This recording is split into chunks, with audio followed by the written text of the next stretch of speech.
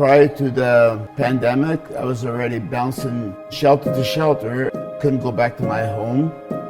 My family is very close-minded to mental health. So that made it very hard with me because I live with mental health most of my life. And if you don't understand depression, it's as real as cancer. For me, it is.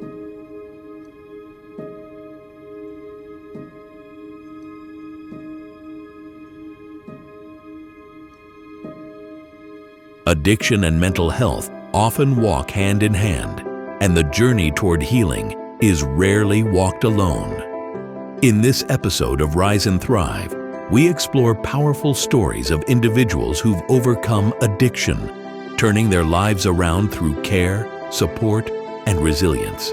Alongside these lived experiences, we speak with community leaders who are building and guiding the programs that make recovery possible. From frontline efforts to personal triumphs, this episode offers a deeper look at how healing happens and how lives are being transformed, one step at a time.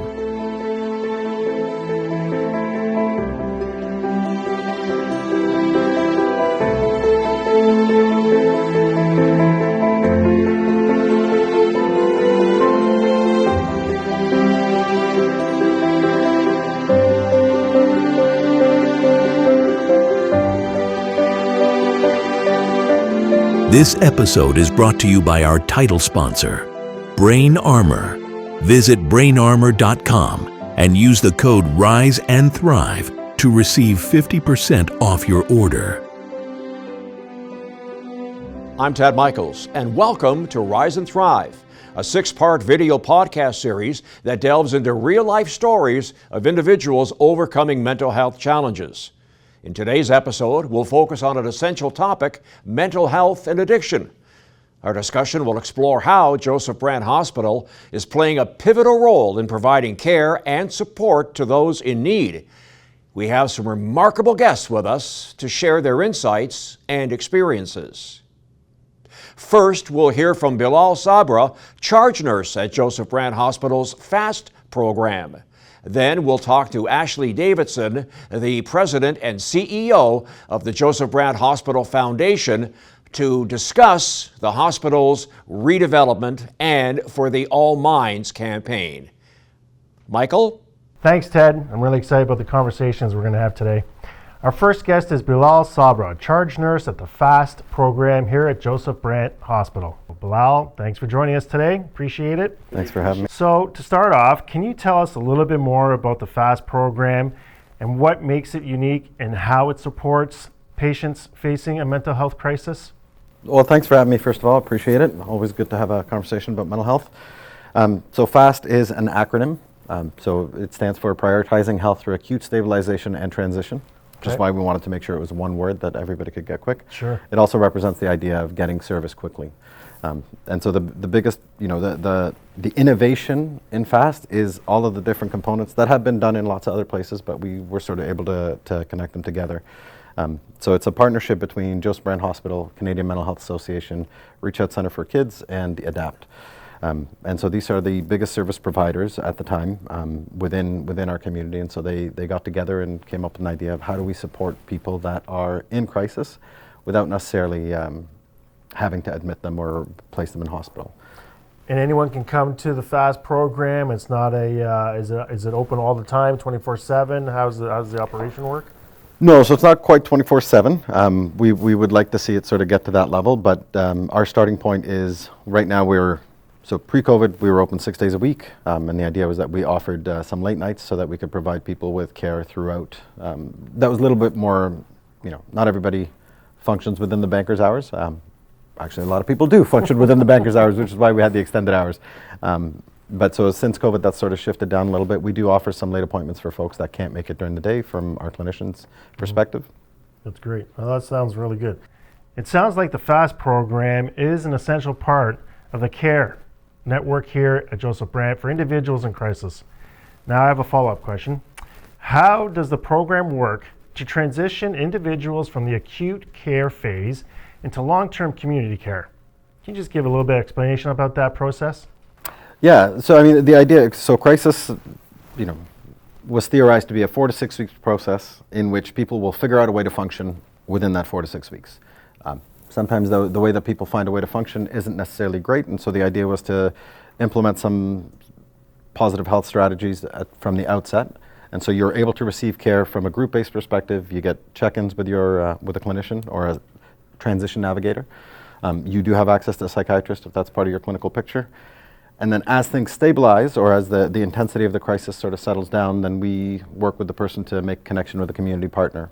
Given that we're a partnership where we have, I don't want to say an inside track, but we connect with the agency directly. And so if somebody looks like CMHA is the next right fit, then our CMHA clinician will connect with somebody at CMHA, and they create a warm transfer. So you have a meeting with the patient and the future clinician, sort of a discussion in terms of what next steps are there. Got it. And there's no age limit as to who can come into the FAST program? Yeah, so 16 plus. 16 plus.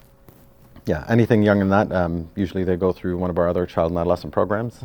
But yeah, 16 plus is who we support. We're not necessarily, we haven't figured out how to do the psychosis piece within the context of FAST, but that is, we do get the odd person who is experiencing that, and we work at connecting them to the appropriate service. Got it. Sounds good. There was a 78% increase in opioid deaths over the pandemic. On top of that, we have a poison drug supply, and it's become so much worse.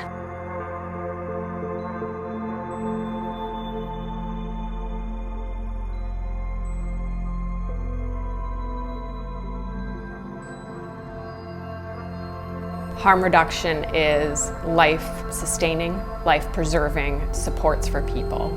It's about walking alongside a journey with someone through all the ups and downs and helping to prevent harm. But reducing harm doesn't have to do with not using substances.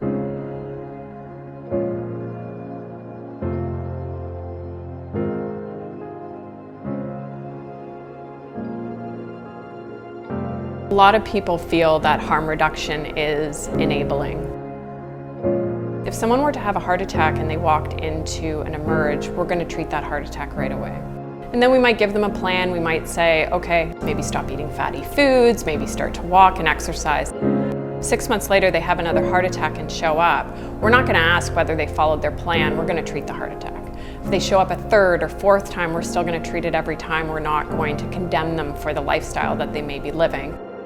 But if someone has addiction or mental illness and maybe they have moments where they're not using, and then they are, we start to count those times. And then people start to lose chances, and it's very consequence-based, and people are punished for the choices they're making. But we need to start to connect this to the truth about addiction and how it is so significantly linked to trauma. Until we can actually start to realize addiction and mental illness and the lack of ability for people to control that on their own without the proper supports, we're not going to actually move to a place where we're helping to improve people's lives and save people's lives the way we would if someone had a heart attack. We've come to realize that we need to break down the idea that there are deserving and undeserving people in this space. Everybody deserves support. Everybody has a right to that support. Until we realize that as providers, we're not providing a consistent and equitable approach to our populations. The most damaging barrier is stigma. And we don't call it stigma here anymore. We name it for what it is. It's bias, it's discrimination, it's prejudice. We need to follow the science. So take away your bias, take away your philosophies of what you think is right or wrong, step away and become a person who's going to follow the science involved in why we have harm reduction. Knowing that harm reduction is on a continuum and that we have to have the continuum to help to keep people alive.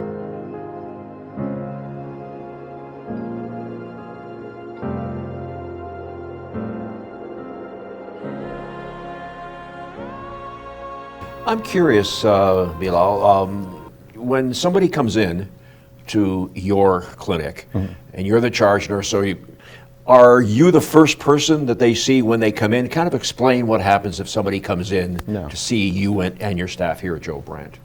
Yeah, so if somebody presents to the emergency room and we are on site, we have a person that's designated sort of go in and check in with our emergency services, the psychiatric emergency services, and with our inpatient unit. So we do a daily round with them. So if they've identified somebody as maybe coming to FAST, we will connect with them there. But every day is a new staff member that is sort of working their way through. Otherwise, if a referral comes in and it's deemed as urgent, it'll be directed to us. We'll review the referral and a clinician is assigned to it, and we'll usually make a call within a couple hours of receiving the referral. I don't know if you've crunched the numbers on this, but I know that you deal with people facing mental health crisis.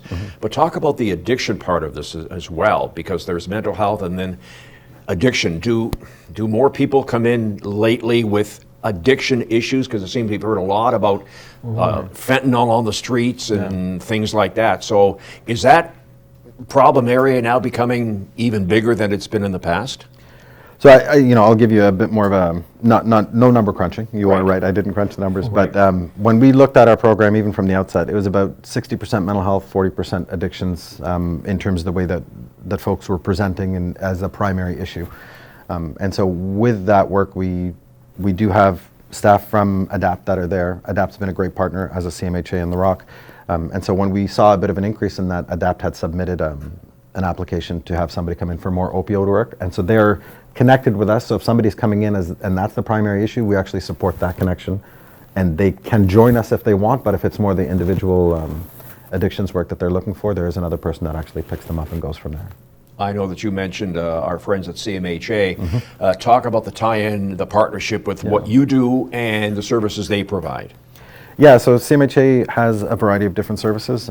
We have a direct contact there. So, somebody comes in and they're looking for a bit more of the community case management type support, crisis-based support that is a little bit longer term. So, whether it's looking for support with housing or benefits or, all of that kind of stuff, we will make that connection with them.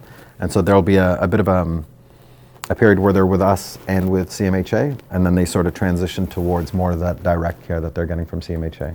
Should I even ask how excited you are about the All for All Minds campaign and the bigger offices and spruced up offices and what is coming hopefully in the next little while? For sure. I mean, look, space is a big issue, and so the idea that we're having a development that's a little bit more client-centered and a little bit more friendly for folks as they come in. We've had to rejig a few things in our transition. So we were in one location and had to move to a new location, and in that move we've had to adjust the way we do things. And so the idea that we're getting a full dedicated area space is pretty exciting. I think we're all sort of looking forward to that day. Thank you for that, Bilal. It's clear that your work makes a huge impact. Now we'll take a short break, and when we come back, we'll hear from our next guest, Ashley Davidson, from the Joseph Brant Hospital Foundation. When I was 19, I had to be placed in crisis housing after a suicide attempt. The hospital put me into crisis housing, which was at the time in a homeless shelter. At the shelter, I was connected to a support house worker, and we just talked. And she asked me where I was at, she asked me what I needed, and it was really surprisingly casual compared to a lot of the clinical environments that I've been exposed to. She was very much someone who was able to meet me where I was at, which at the time was literally rock bottom. When I was connected with Support House, I had nothing. I'd lost my job, I'd been unable to go back to my home, and a lot of what I needed, it turned out, was just someone to be in my corner. She worked me through getting into college without having finished high school. So I didn't realize that you could apply to a college as a mature student or any of the steps that were required to do that. And so she walked me through that. She walked me through various disability supports that I didn't know even existed. She helped me get on Ontario Works, which was good because like I said, I'd lost my job. Whatever I needed, I could say, how can we do this? And she would help me find a way to do it. Any of the support I've had, it's always somebody telling you what you need as opposed to asking what you need. And the empowerment that you get from being able to reflect on that and have someone hear your reflections it's totally life-changing. That's what sets Support House apart. I genuinely believe that if I hadn't had intervention from Support House when I was at that point in my life, that I wouldn't be here today. Now I'm in a bachelor's program in my second year, and I'm on track. And I think that's totally changed my life, turned it around. Welcome back to Rise and Thrive. We're now joined by Ashley Davidson, the president and CEO of the Joseph Brant Hospital Foundation. Ashley, welcome to the program. Thanks, Michael. Pleasure to be here. Great to have you. So first off, tell us a bit more about the hospital's redevelopment project and how it will improve mental health care here at Joseph Brant. Thanks, Michael. Yes, happy to. Our existing facilities are very old. Our hospital was built in 1961, and in essence, our mental health and addictions facilities have not substantially changed. Wow, that's a long time. Since that time. It's a really long time, and as we know, medicine has modernized quite a lot since that time. So our vision is to build new, modern, best practice therapeutic facilities for our patients. And that means bright, welcoming spaces that are calm, spaces that are designed to instill hope and healing, warmth, cozy spaces. The kind of facilities where people can feel like they have a brighter future. And for us, that's going to involve really 3 phases, Michael. So the first will be a brand new mental health and addictions inpatient unit. And of course, we couldn't be prouder that that will be home of the Michael and Laura Paletta Mental Health and Addictions Inpatient Unit. And that will involve several things. So the brand new space will be larger. It will provide access to private washrooms for all of our patients. Currently, we don't have that in the existing facility. Really important. We will have larger spaces for recreational activities, for therapeutic activities. The space will be designed with privacy in mind so that when patients are on the unit, they're able to have visitors, family, friends, loved ones who are important in their healing journey. Join them, very important, in a private space. The unit will also include a brand new psychiatric intensive care unit, which will provide, of course, care, best practice, safe care for our patients who are facing complex issues, high acuity patients. We have one of the best mental health and addictions teams here at Joseph Brant Hospital, and these new facilities will be much more in keeping with the level of care they provide and allowing them to enhance the care to provide the safest, most dignified, and very best care to our patients. That's great. It's a huge development. It's obviously welcome since nothing's been changed since 1961. Exactly, Michael, exactly. So that's fantastic. So the next question I have is how this is going to have a big impact, obviously, on the community and the services that Joseph Brant offers. How is the hospital going to pay for this? I know we have the For All Minds campaign. Want to talk a little bit more about that? Thanks, Michael. Yes. So first of all, we had the Premier of Ontario, Doug Ford, along with senior members of the ministry from the province, attend to the hospital in November, just last November. And so we have now received approval for the project to move ahead and the correlating funding. However, we will be looking to our community to help us raise $20 million in support of this project. So we can't do it alone. No. We'll rely very much on the support of our community and on the support of our donors, like you, Michael, to be able to bring this project to fruition. It's essential. That's great. My wife and I are very proud to be part of this, and it touches home for us, and I think it's a fantastic thing that you guys are doing here at Joe Brant. Great, thank you. We're treating mental health with the seriousness it deserves. And we're so grateful to have great donors like the Palettas and other people, great partners here at Joseph Brant Hospital, working alongside us to get it done. Together, we're creating a system that delivers the care patients and families need when and where they need it most. It's now my pleasure to introduce Michael Paletta. Michael and his wife Laura announced a transformational donation of $5 million to the For All Minds campaign in January of 2024. In recognition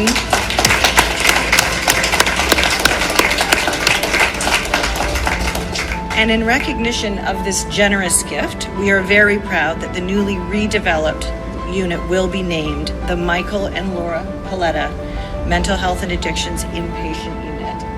I'd like to thank the Government of Ontario, including Premier Ford, Minister Jones, Associate Minister Bilo, and MPP Pierre for being here today to share this outstanding news with our community. We have all heard the staggering statistics about the growing demand for mental health and addictions care. In any given year, 1 in 5 people in Canada will personally experience mental health illness. And by age 40, nearly 50% of the population will have or have had a mental illness.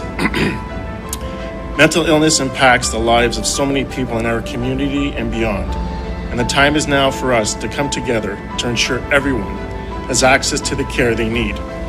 My wife Laura and I are proud to have joined the For All Minds campaign and are fully in support of the project to redevelop and expand the Mental Health and Addictions Unit at Joseph Brant Hospital.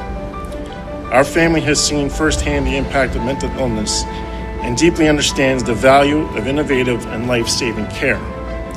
Laura and I firmly believe that this project will transform mental health and addictions care right here at Joseph Brant Hospital in Burlington. Thank you once again to the Government of Ontario for recognizing the incredible work being done at Joseph Brant Hospital and sharing the vision of what this new and improved space will do for patients, caregivers, and our entire community. Together, we will build better mental health care. Thank you.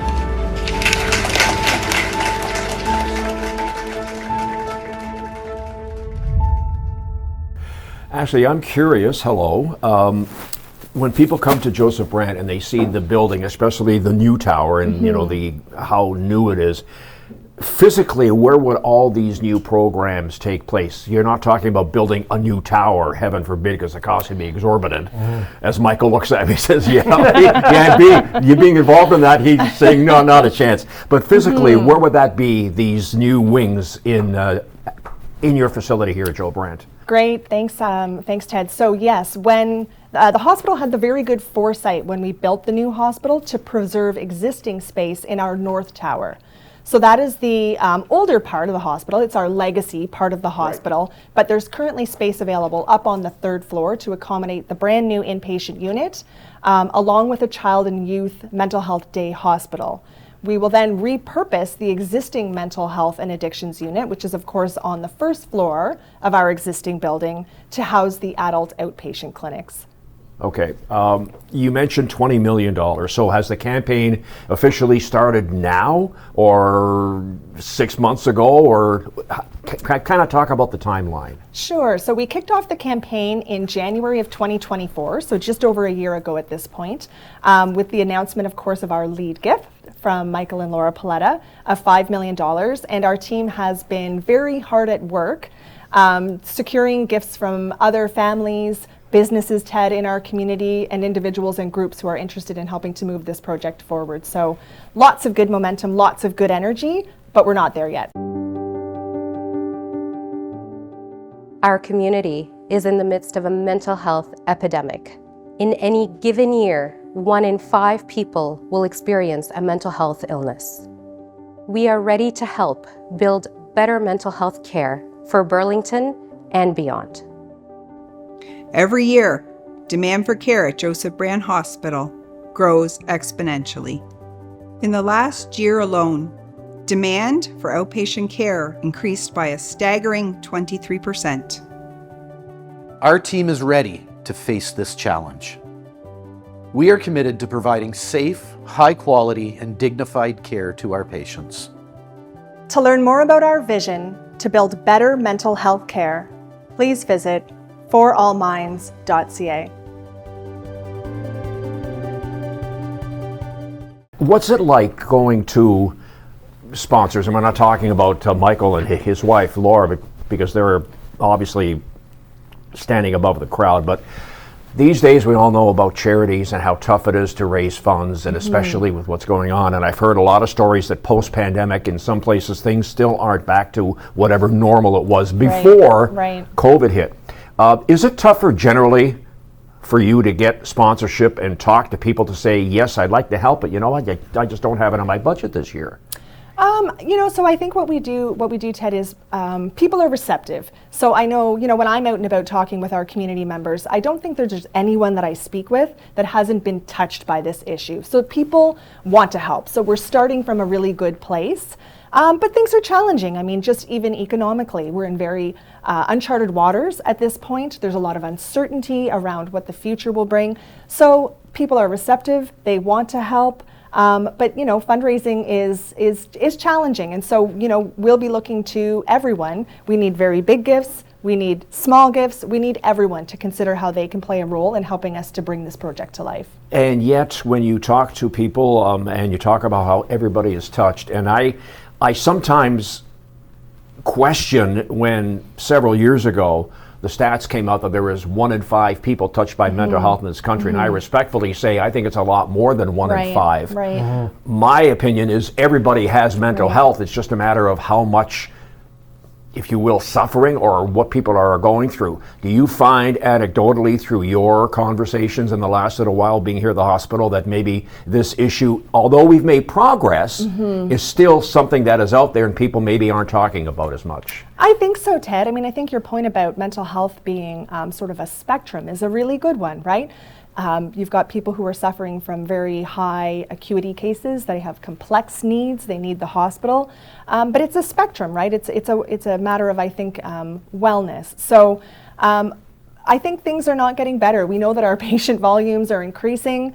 I think we're probably only just seeing really the tip of the iceberg at this point in terms of even the effects of, as you mentioned, COVID and the pandemic on our society and on the people living in our community. Yeah, I mean, it's great that you've actually are developing a youth mental health day program, which, as you guys said, COVID affected a lot of kids, and there's a lot of challenge there, and I'm glad you guys came up with that program. Thanks, Michael. Yeah, I think what's really wonderful about the day hospital is that it will allow our hospital to provide care to the children and youth within our community. So right now we've got a really excellent child and adolescent psychiatric services program, which provides a certain level of care, but there's still times when our patients need to leave our community in order to access that care. And what the day hospital will do is allow those children and youth in our community who do need that higher level of care to receive care right here in Burlington, right close to home, close to their friends and their family and their sports teams and all the supports that really surround a child or a youth or adolescent when they're on a journey of healing. Yeah. Your mental health programs, what's the catchment area? Like, yes, this is based in Burlington, Halton region, but if you do the circle, how far out do the tentacles go for this program? Yeah, so about 20% of our patients, Ted, come from beyond the boundaries of Burlington proper. So certainly down the peninsula, into Hamilton, a little bit into Oakville. So we do extend beyond the Burlington border proper. Okay, Ashley, I have to ask the question now. The goal is $20 million. It started January 2024. Will you have a thermometer up in the big lobby of the building or outside so when Ted drives by, you go, yep, we're almost there? Or is that something that maybe you don't want to put extra pressure on people? Well, certainly we want to raise awareness. I mean, a big thermometer is not a terrible idea, Ted. I'll have to speak with the team. Yes. But no, certainly our website, forallminds.ca, people can keep an eye on where things are at with respect to the campaign.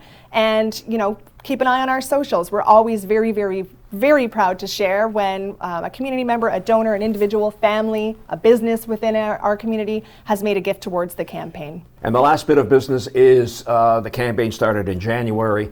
I understand goals and sometimes the targets get moved.